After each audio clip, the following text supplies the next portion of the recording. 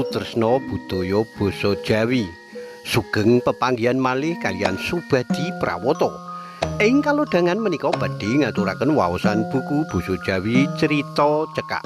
Anggitanipun Sekar Panuntun kanthi irah-irahan lelakon.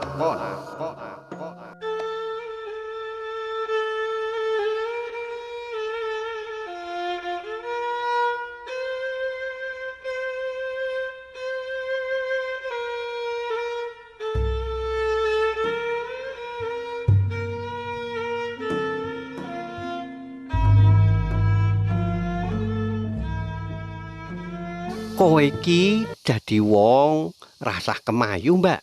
Ngelingi umur, wis tuwa wae isih kemayu. Titenono wae kowe. Sri ora kaget ndelok status sing ana nang Facebook kuwi. Wis akeh dheweke oleh unen-unen sing basane mak jeleb ning atine kaya mangkono. Lan Sri ngerti yen status kuwi ditujokake marang dheweke. Sri wanita karir enom, ayu sing dikenal menengan lan anteng. Ora tau seneng nyampuri urusane wong liya. Apa maneh kemayu kaya sing diomongake ning status mau. Kabeh mau amarga dheweke ngrumangsani saka keluarga sing ora sampurna. Bapak ibune ora rukun. Bapake ora tanggung jawab karo keluargane. Malah duwe bojo ro anak maneh tanpa njaluk palilahe ibune nganti tekan patine. Ibune ya padha wae, mbasan ngerti bojone tumindak kaya ngono banjur urip sakepenake dhewe. Lunga sakarepe dhewe tanpa mikir anake. Ya Sri kuwi. Untung wae simbahe gelem ngopeni Sri. Sri urip karo simbahe saka cilik. Simbahe kuwi tipe otoriter. Sri mekar dadi bocah kang kaku lan weh-luweh.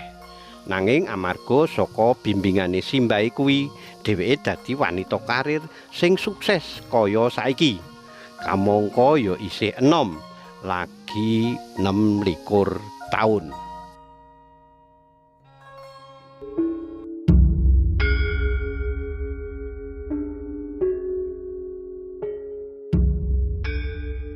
Perkara kuwi dumadi nalika dheweke kenal karo Joko kang jenenge Bagas.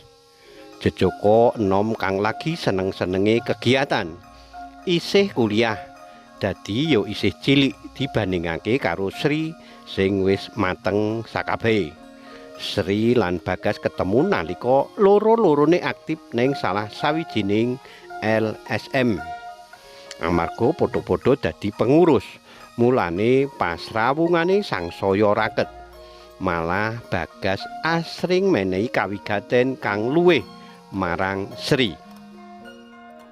Sawijining dina nalika Bagas karo Sri mampir mangan mie ayam ing pinggir dalan. Ujug-ujug Bagas kandha. "Mbak, aku iki sajane seneng karo sliramu." Apa Gas? Mbok rasaku yon, kowe iki wis tak anggep adikku dhewe. Ning aku seneng tenan karo jenengan. Wis le, rasaku yon, saiki bali wae ya. Wis sore. Mbak yo isih ana gawean saka kantor. Bagas semplah, banjur meneng wae. Bubar kuwi Bagas ora tau ketok maneh. Sri ngrasake ana kang beda. Banjur SMS. "Le, kowe ning endi? Kok ora tau ketok ning LSM maneh?" Ditakokake karo Mbak Hani. Ora dibales. Sri goreh. Apa mergara perkara wingi kae ya? Paling ya ora. Paling Bagas lara. Mula bubar saka LSM, Sri rencanane bakal tumuju nang omahe Bagas.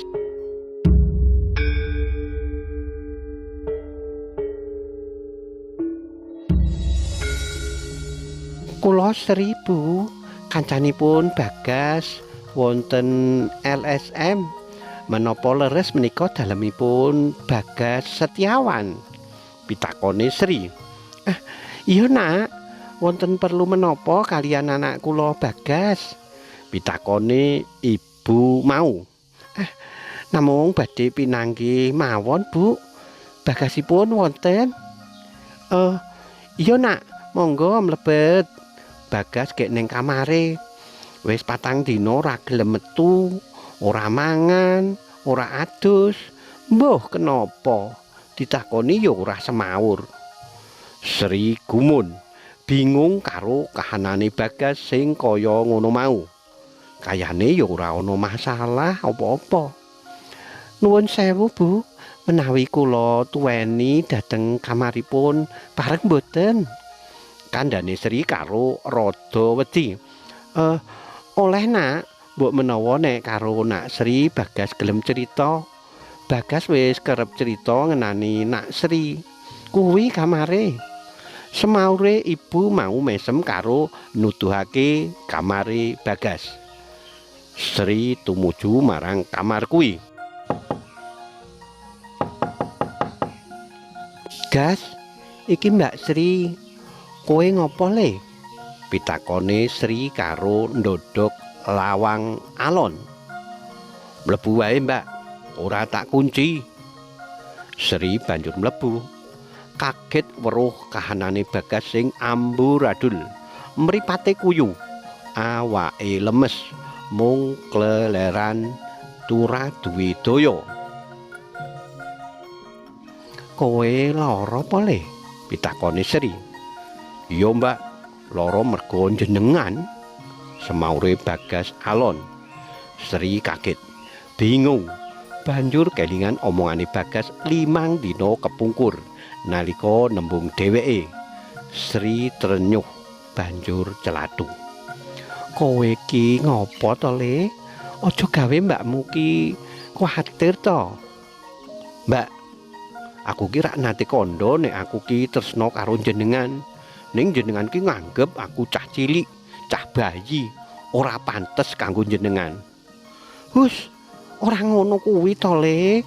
Sing nganggep kowe bayi ki sapa? Ning aku ora iso Le.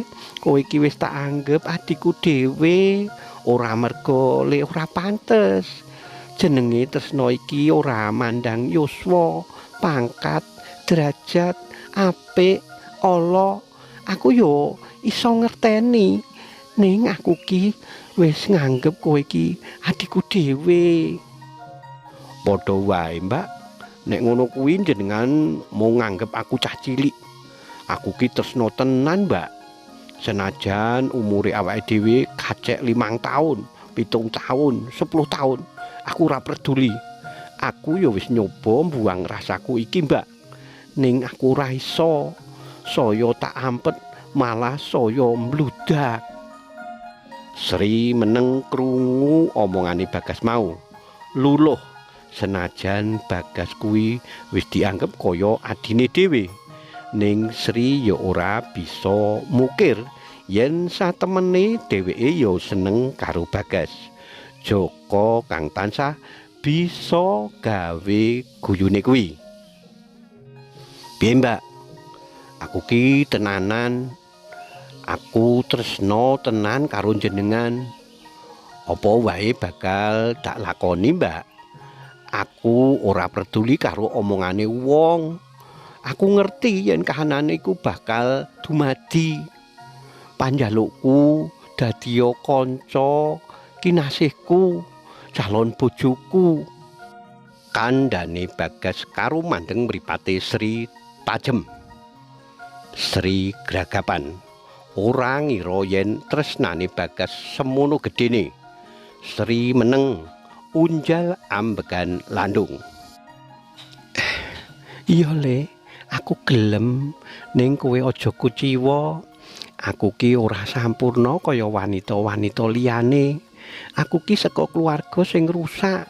Ndah apa sesuk omongane wong-wong njaba. Aku ora peduli, Mbak. Aku wis siap ngadepi kabeh mau karo jenengan. semaure Bagas mesem. Sri mesem.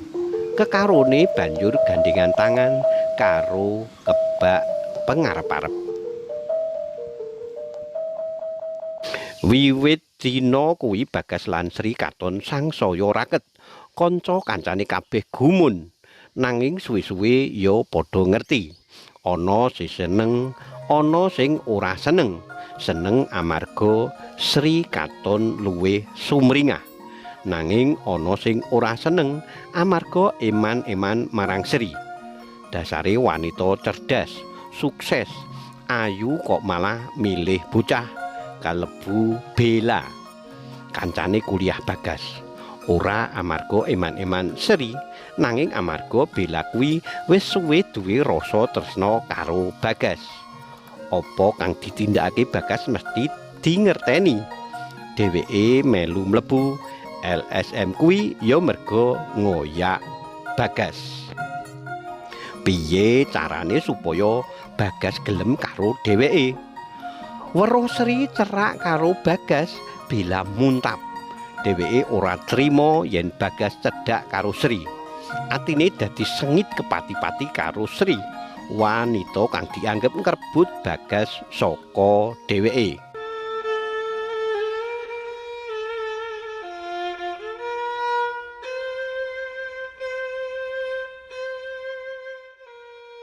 Wiwit dina kuwi Bella mesti golek cara kanggo nglarani Sri.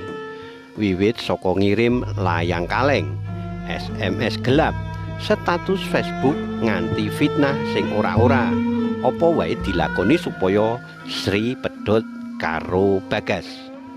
Sri ngerti karo kahanan kuwi, bingung arep tumindak piye.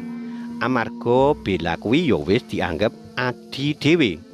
Minangka junior ana ing LSM, Sri bingung. Dheweke ora tega marang Bella, nanging dheweke ya tresna marang Bagas.